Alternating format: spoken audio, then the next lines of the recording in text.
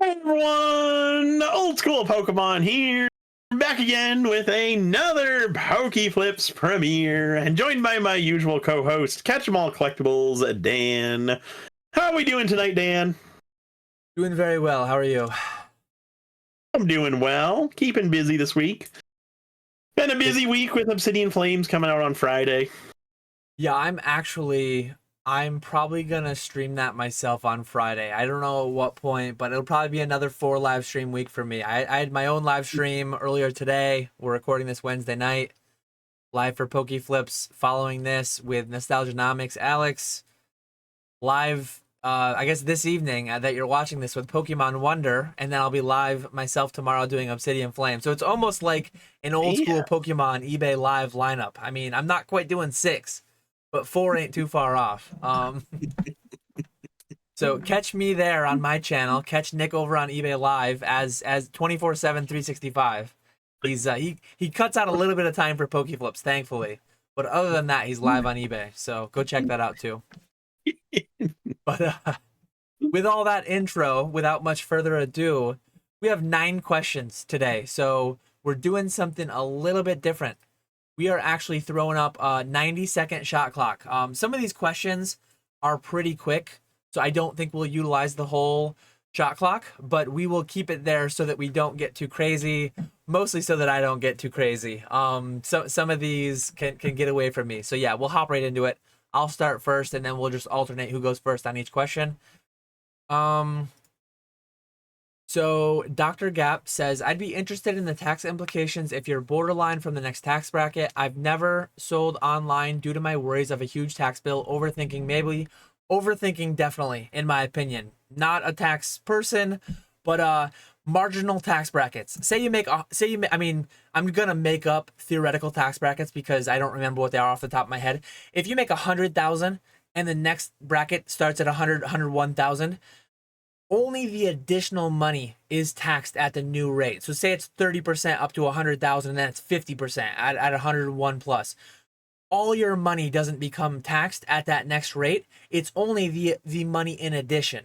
There are different like subsidy cliffs for the Affordable Care Act. There are different very deep level in the weeds implications where you can cost yourself a lot of money making only a few $1,000s more a year, but that is a like fringe case. That is a very unlikely scenario that many people will run into. If you're talking about just making an extra 5, like one thing that people used to say at work, oh, I don't want to get a 2% raise because then I'll be in the next tax bracket and I'll make less money. That's not a thing. Only your additional income above that level is taxed at that marginal rate. So I'm going to wrap up here with 10 seconds left on the clock, and we'll head over to Nick. Yeah, that's the biggest thing is I think a lot of people don't understand is that only the additional amount gets taxed at your new tax bracket. So in reality, it's not as big of a deal as people think. The biggest thing is like Dan mainly always says, get a CPA, get someone to do your taxes, get someone to take care of all that stuff for you. The more you pay in taxes, the more money you're making yourself. So the more you pay in taxes, the better off you're going to be in a sense, obviously. Obviously nobody likes paying taxes, but the more you pay in taxes, the more money that you're actually making. So in a sense, it's actually a good thing. So I wouldn't be too concerned about that. I think you are definitely overthinking it. Yeah, people fear taxes. I mean, I want $1 million tax bill because that means I had quite the year. I mean, the year that I'm paying a 7-figure tax bill, Catch 'em All Collectibles is doing all right. Here's yours. I'll let you go first. So, Matey, what is a good credit card for a small business with low interest? So, the biggest thing for me that I took out of this question is the low interest. Credit cards are really good. I use them all the time for short-term loans. And by short-term loans, I mean whatever period the credit card gives me to actually pay off that credit card. So if it's a 30-day, a 60-day, whatever the time frame may be, I pay off that credit card when the bill is due so that I do not ever have to pay interest. Both of my credit cards are, I don't even know the interest rate. It's like 25, 30% interest. So it's really, really high. But the perks are also really good. One of them is 2% cash back on anything that I purchase, and then the second one I get miles for JetBlue, so I'm able to travel to all these collecticons without actually having to pay anything. So that's how I use credit cards. I use it for the quick like 30 to 60 day loan, and then I pay it off immediately before the bill is due. You don't want to be using credit cards to pay interest and make your cost of purchases go up even further. Okay, 10 seconds left. That's kind of tough there. Like it though. It feels like I'm using my clock here. Let me answer this first. It feels like Around the Horn on ESPN that I used to watch all the time. What is a good credit card for small business with low interest? Same thing as Nick. Really, really scares me a little bit. I would never recommend anyone, especially on a credit card. Like if you have access to some kind of loan, some kind of single-digit funding, I don't think single-digit credit cards exist anymore. A few years ago, in the environment with like 0% prime rate and 2%, 3% mortgages, and I think that's gone now, though, with mortgages being 5 to 6%. I think most credit cards are 25, 30%. As Nick said, I pick credit cards based on how high the rewards are. I see a 2% City Double Cash as being, I buy $10,000 in inventory, I get a $200 discount cash back just off the jump. I save 2% on everything. If I start paying 25% monthly interest, hell, even if it's 8, 10% monthly interest, I'm not about paying interest on my inventory. I'm much lower risk than that. So I would go to NerdWallet. Like if you absolutely insist on paying interest on a credit card, go to nerdwallet.com. Not affiliated whatsoever, but it's a really good website for sorting by like a good travel card, a good cashback card, a good low interest card. I'm not making the recommendation, but like if you're not going to listen to me and you need to, NerdWallet will probably point you towards the direction of what the best low interest credit card is. I'm liking this feel too. Question. So Super Saiyan TCG says, in your opinion, how would you resurrect a dead TCG? Big DBZ Score fan, but it is very illiquid market. DBZ Score had terrible print quality and it's near impossible to get a 10. Does this prevent people from entering the market knowing they will never have that 10 on their slab? In Pokemon, I think we're pretty spoiled. I think a lot of people just need that 10 because it's possible to get it. It is tough with a lot of WotC. It's tough with a lot of things, but look at what Zach did, Gem Mint Pokemon. He did it, right? All the hollows, he's still working on reverse hollows and a couple niche things. But that's not a thing in like vintage sports, yet vintage sports is a thriving market. Like even though people can't get 10s, there are still people putting together T206 sets. And DBZ Score, I don't know much about it. I bought a big collection that had a lot of it.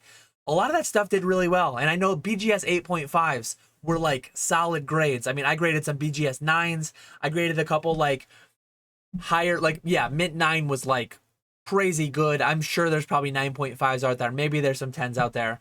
But how would I revive one? That's so far out of my wheelhouse. Like, I don't know. I addressed the grade side, and it seems like that's all I had time for. How would I resurrect one? No idea. Way out of my wheelhouse. The boom of 2020 didn't resurrect them, but it resurrected a lot of their prices. I guess I can say that. So the boom, bubble, whatever, that lifted a lot of dead TCGs like crazy.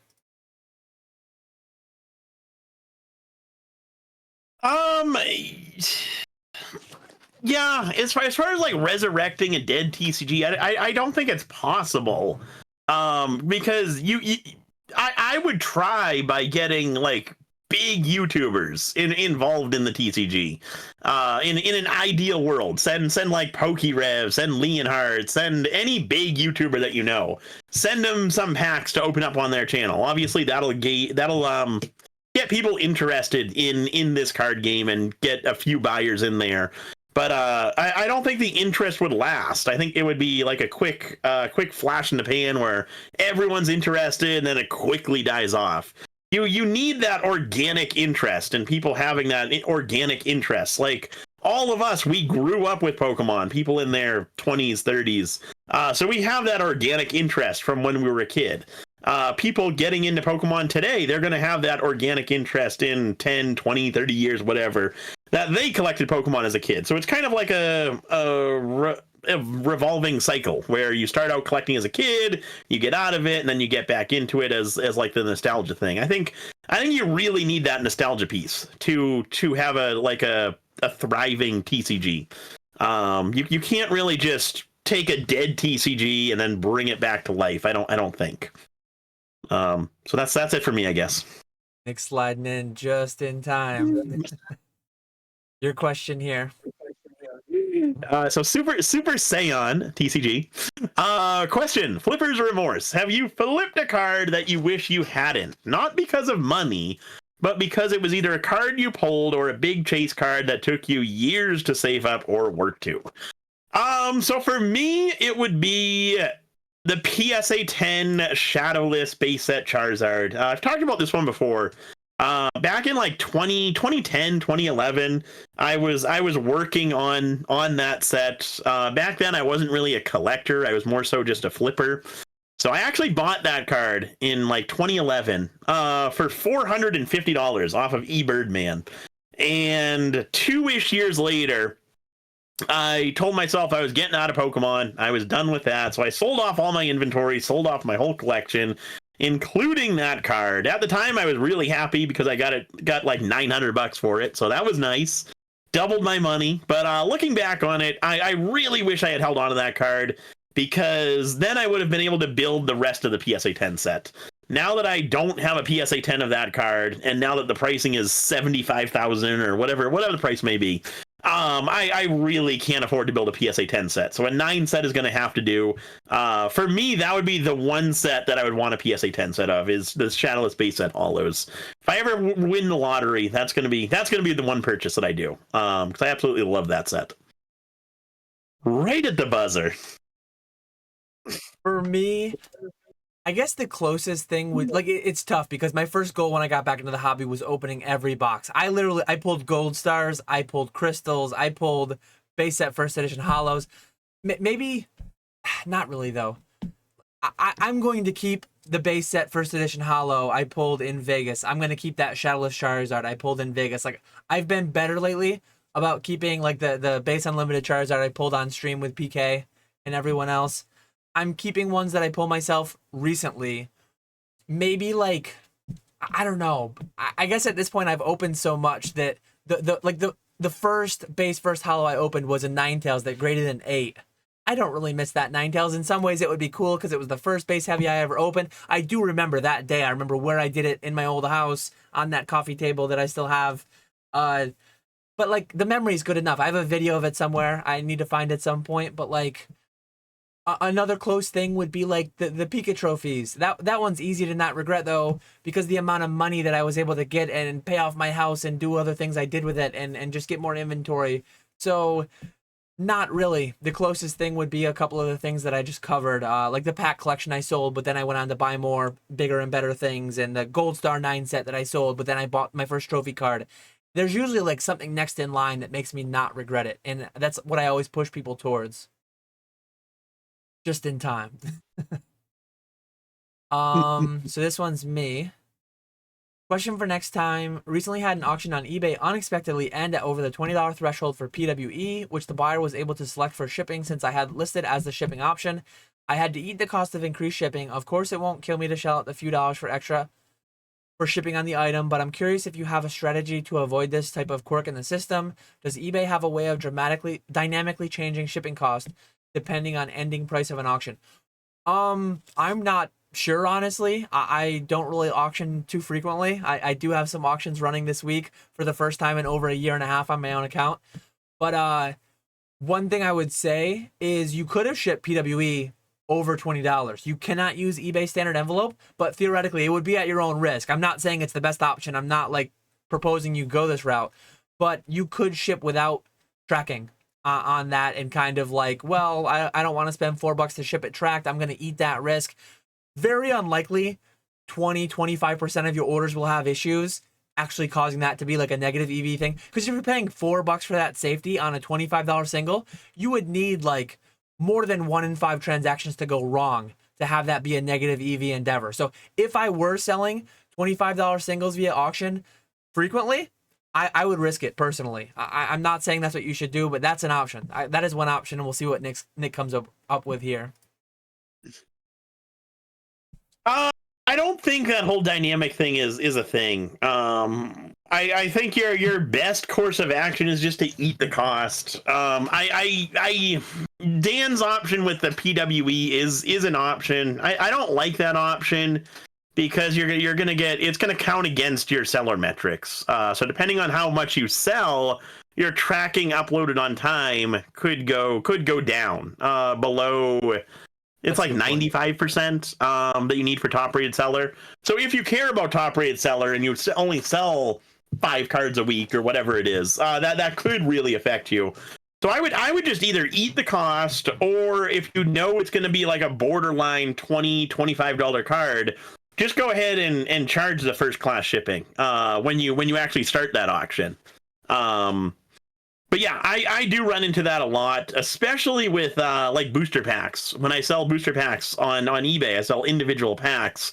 Selling 1 or 2 packs is really, really nice because I can ship those ESE. But then when someone orders 3 packs, I automatically lose money because I can't ship that order ESE, and the shipping is $4 for that order. So it seems like a lot of people order 3 packs too, which is very annoying. And I'm going to cheat a little bit and use a little bit of my unused time to come back with one last thing. If you sell a card 99-cent auction with 0 shipping and it goes to 25, theoretically, had you put $4 shipping on it, it would have gone to 21. Ultimately, at the end of the day, you're getting the same amount however you do it. Whether you're charging the shipping, whether you're not really like losing that $4, because had you charged $4, it would have amounted in the same amount anyways. Theoretically, that's if buyers are like factoring all that in. Buyers don't always do that, blah, blah, blah. But yeah, I needed to add that in. So this one's you, right? Oh, yeah. Poke Family Gaming. Looking for a good rant from either of you. I recently heard someone say that most all people who lost big in Pokemon during the boom would have lost it all anyways in cryptic Pokemon or crypto pyramid schemes, magic beans, whatever. Pokemon was not to blame. Get rich quick mindset was. What are your thoughts? I 100% agree with that. For people to see from like 2015 to 2020 what was happening in the market, very, very, very small growth, really not much. Obviously we had like 2016, the Pokemon Go boom. It grew a little bit and then it kind of steadied out, and it was very, very slow growth. Pricing wasn't changing drastically whatsoever. And then 2020, all of a sudden, one day pricing is this, the next day pricing is double. Pricing can't change that quickly overnight and sustain itself indefinitely. And that's what people were thinking in 2020. People were thinking these base unlimited boxes, these PSA 9 unlimited Charizards were super, super rare. They weren't looking at the available quantity that these boxes and Charizards were always listed on the market. That there was ones always listed on eBay. They were just hyper focused on following what was going on Facebook groups and what other people were saying, and just getting so caught up. When the buzzer went off for the first time, and it actually muted you slightly. Dang it! It's funny because the buzzer going off took priority over my Discord sounds. So yeah, it actually like muted the last 2 seconds of your answer there. So very, very harsh. If you go over and you have that timer go off, it's gonna cut you off. I like it. It's firm, but it's firm but fair. So yeah, I fully agree. It's kind of a sad reality, but how I talked about it in my live stream. I talk about it a lot. People's relationships with money. And I think everyone can relate to this. Everyone knows one of those people. I used to work with some of these people. Some people in my family are some of these people, whether it's lottery and scratch off tickets, whether it's the casino, whether it's the latest pyramid scheme, whether it's a multi-level marketing thing. They are just throwing money left and right, trying to turn 1,000 into 1,000,000, and they're just losing $1,000 around every corner. Their thinking, their logic is like, if one hits, it'll all pay itself off. And there are people that go through their whole lives losing $1,000 at a time, $10,000 at a time, losing everything, and just always staying broke, just forever. Because but they keep thinking the light at the end of the tunnel, the pot of gold at the end of the rainbow. They think that one of these times it's going to be different and it's going to hit. I guess some people do hit the lottery, some people do, but like that's why things like the lottery are so bad, because one person's success story, millions of people's failures, and that one success story keeps the millions going though, and that's all it takes, and that is just will go into perpetuity. People don't want to do the get rich slowly. People don't want to fund their 401ks and things of that nature. They want to get rich quick.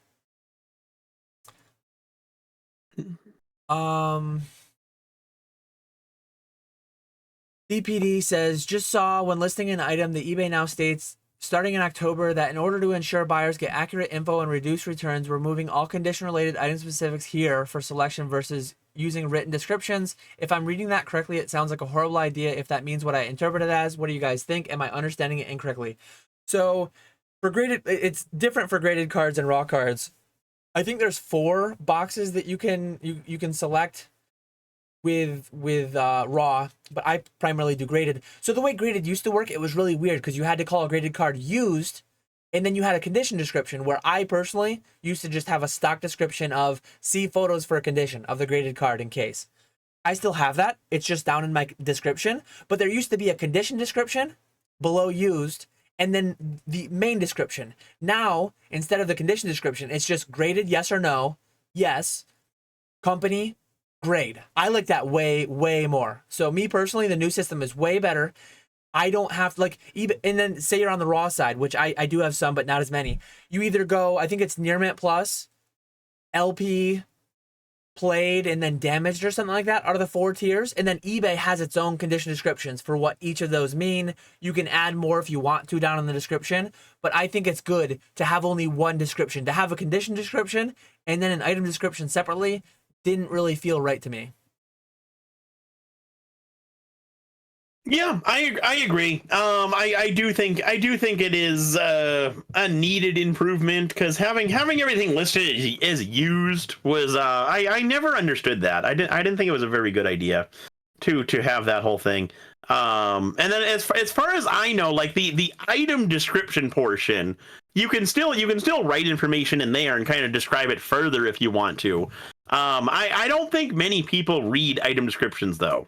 So I've just been focusing on item titles, obviously important, pictures are very important, and then the item specifics are also really important. But for the description portion, like the item description portion, I always just have like a generic thing. I always do like what the actual card, the set is, the card name, and the condition. I fill in those 3 things for every item, and then all the rest of my item description is just like my condition guidelines, my shipping policies, stuff like that.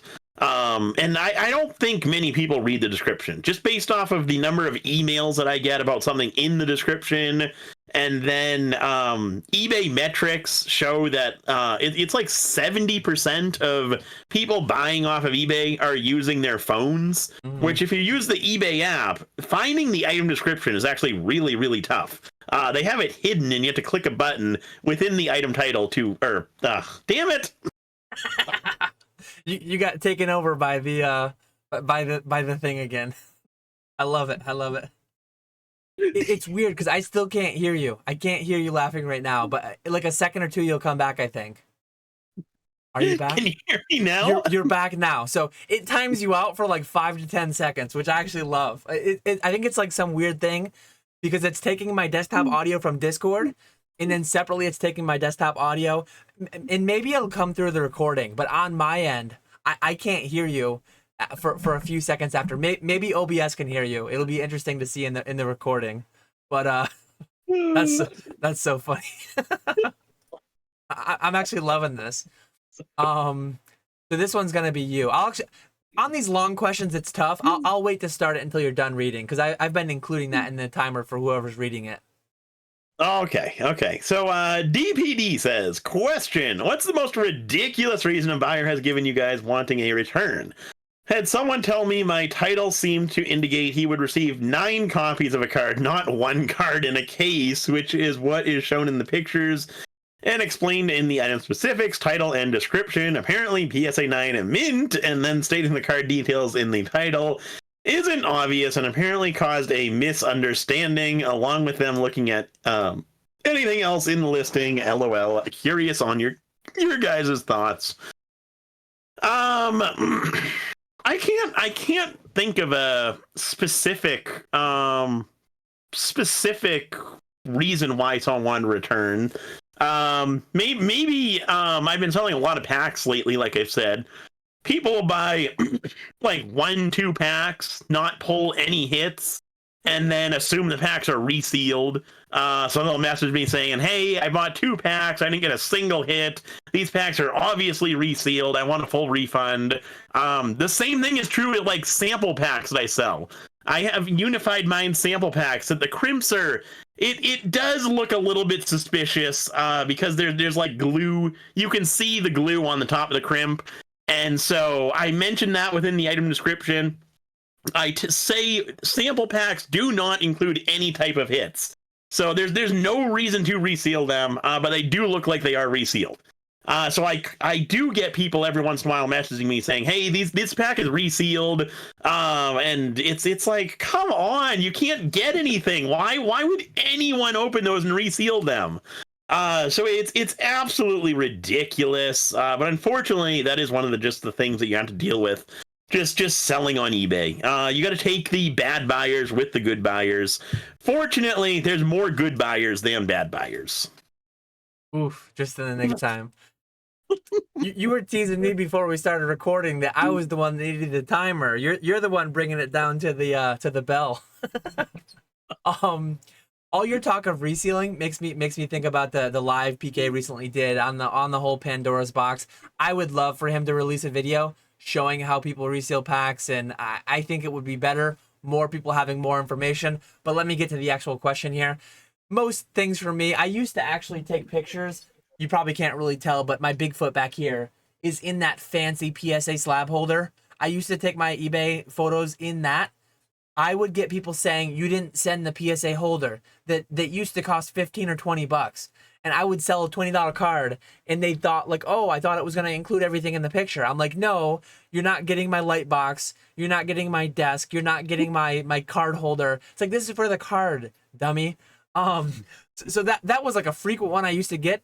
Now that I take my pictures on just one of these little Ultra Pro stands, I've never once had people saying, hey, where's my little Ultra Pro stand? So that's a great upgrade that I made to my photographing. I could do scanning, I guess, so that people don't see anything in the background.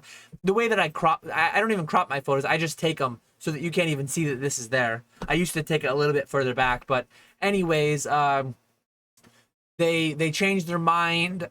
It came too late, and they missed the birthday that it was supposed to be for, whatever the case may be. All different kinds of ridiculous reasons, but that's just, as Nick said, part of the game.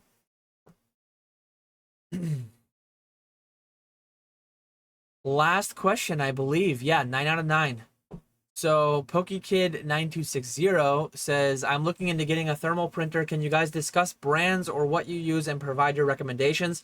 So where I used to work, we had all Dymo printers, at least where I was located. I think other parts of our company, we probably had different brands, but my only experiences ever were with Dymos. I currently have a Dymo Label Writer 4XL, so that's the only one I can speak to. Very, very highly recommend. I really like it. It prints 4x6s, which is all I need. You can do smaller ones on it as well. I believe, I think you can do any size like below 4x6. But all I do are 4x6s, and it does them perfectly. Few $100, couple $100 up front. I forget how much exactly. Labels are really cheap though. Thermal printers are tough to kill, I think. I've not heard of too many people having issues, so I'm gonna end it well early there. Yeah, I actually have the same one as you, Dan. The Dymo 4XL. I absolutely love that thing. Highly recommend it. I bought mine back in years and years ago, 2012, 2013. and I still have the same one. It still works great. So I would highly recommend that. Another option is I've heard good things about Zebra thermal printers. I've heard good things. I don't have any experience with them, but I have heard good things about those. I would recommend looking into like I don't know if they still do it.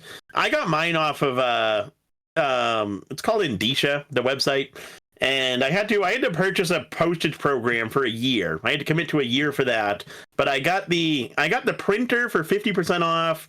I got a scale for free. I got a bunch of labels for free. So it actually worked out really well. I actually saved money paying for a year of this subscription that I ended up using for a lot longer than that. And so that worked out well. So I would look into that, or buying it used on eBay, maybe find like a new one used on eBay, because like Dan said, they're tough to kill and they last forever. I thought you were gonna try to get buzzed on the short question there too. No, But I played it safe there. I like that. We only employed it because we had so many questions. Maybe in the future we'll continue to do that. But like if we have 3 questions, maybe we'll just pop 3 minutes up, and same thing. We can always cut it short, but it puts a hard cap because sometimes they can turn into a long thing. But yeah, 9 questions, 30 minutes. Not too bad, not too bad. So anything else to add before we funnel people into the live? I should have this set up properly to funnel you right in there. No, we'll be live in a minute with Alex, Nostalgianomics. We will catch you over there.